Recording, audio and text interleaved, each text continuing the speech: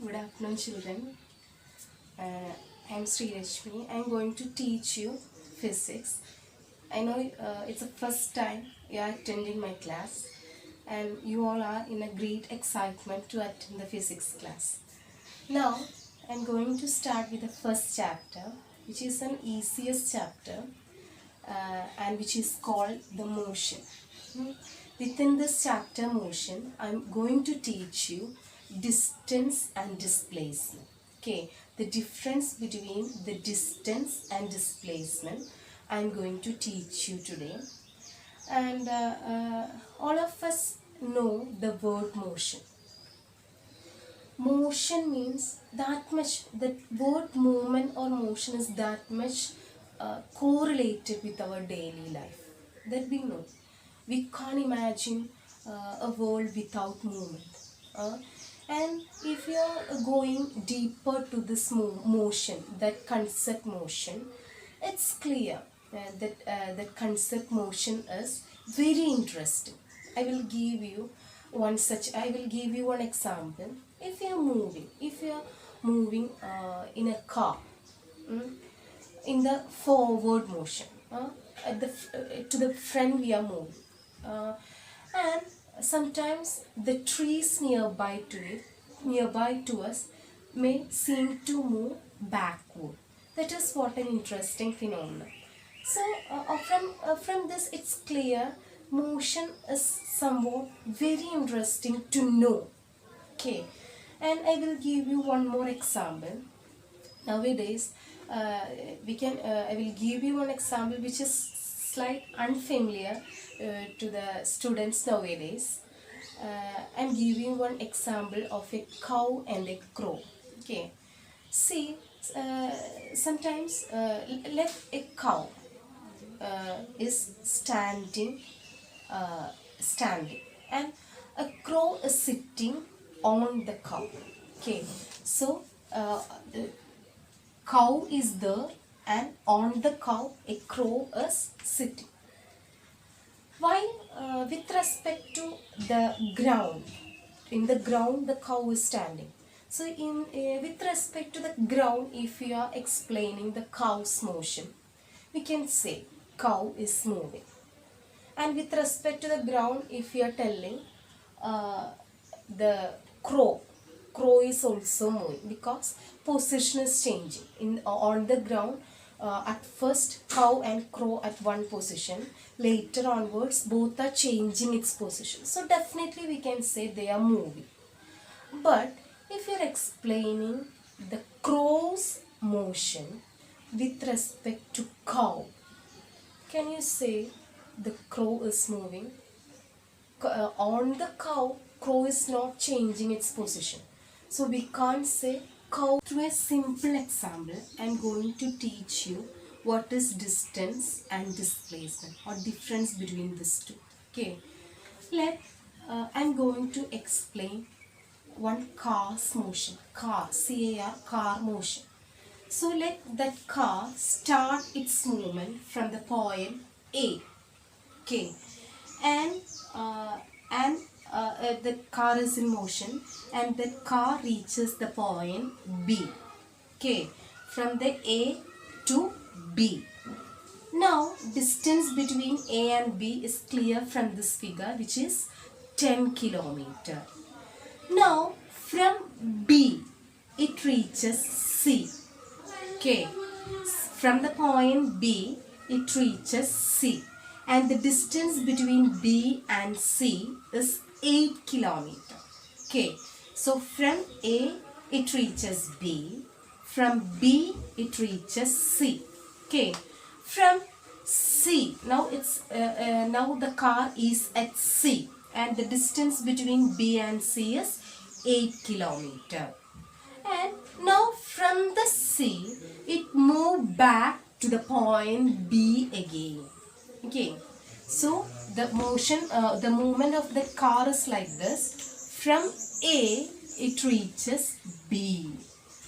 Now from B it reaches C.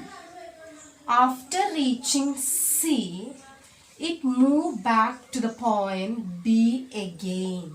Okay, So for this movement or for this motion, we can find out the distance. Distance is a familiar thing to you. How to find out the distance? Distance is the total path covered by the particle. Okay.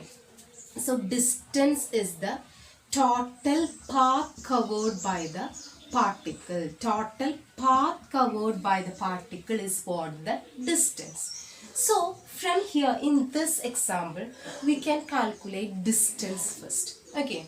So from A to B, it is 10 kilometer. Now from B to C, it is 8 kilometer.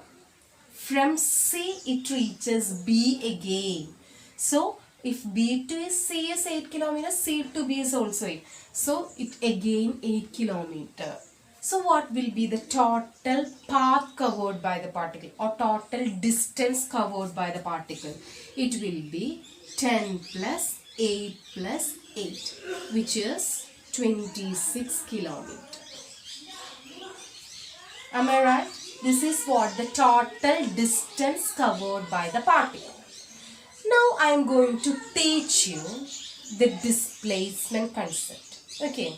Now I am going to teach you the displacement. Okay. So first thing, I'm going to explain the concept first, so that you can find out the displacement here in this example.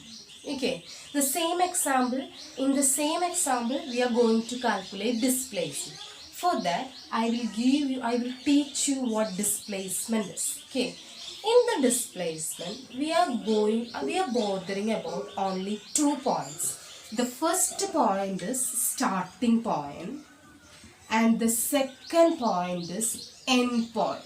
Okay, only 2 points we are bothering. First, locate the starting point of that particle. Second, locate the end point of that particle. And distance between these two is what the displacement. Okay, that is what the displacement. So, in calculating displacement, we are bothering about only 2 points, which is starting point and the end point. Starting point means from where the particle is starting, get started its motion, and the ending point is where the particle ends its motion. Only these two positions we are getting bothered in calculating the displacement. And the example, I am going to calculate the displacement. Example, once again I will give you. A car start its motion from A and reaches B. Then from B it reaches C. And from the point C, it is moving back to the point B again in this manner. Okay, so we are going to calculate the displacement. As I told you earlier, only 2 points we are going to bother, or taking into consideration only 2 points. Were the starting point of that particle. This is the starting point of that particle. And which is the ending point of that particle. This is the end point of that particle. And the distance between these two will be the displacement. Okay, so starting point is the point A. The ending point. From the C, it is moving back to the point B again. So at last, the car reaches the point B. So the B is the ending point of that car's motion. So the end point is B. Distance between these 2 points means AB, which is 10 kilometers. Okay, so mainly how we can distinguish this distance and displacement. In the distance, we are taking into consideration all the path that particle covered. Okay, but in the case of displacement, we are not taking into consideration the path, but the starting or the end point, starting position or the ending position of the particle only we are taking into consideration. Or As a definition, we can tell displacement is the shortest distance between starting point and the end point. Okay, that is what the displacement, which is the shortest distance between starting point and the end point, is what the displacement. Now we can calculate the distance and displacement from this example. Here a particle is moving in a triangle manner. So from the point A it reaches B, from the point B it reaches C, and from C it reaches A again. Okay, so the total distance covered by the particle will be AB plus BC plus C, which is 10 plus 10 plus 10, which is 30. Okay, in the case of displacement, well, how we can calculate the displacement? Here in this example, starting point and the ending point is same. Okay, where the car start its motion, at the end the car reaches the same point, starting point again. Okay, in such cases the displacement will be 0. No distance between starting and ending point. Okay, there is a distance between the starting and ending point is 0.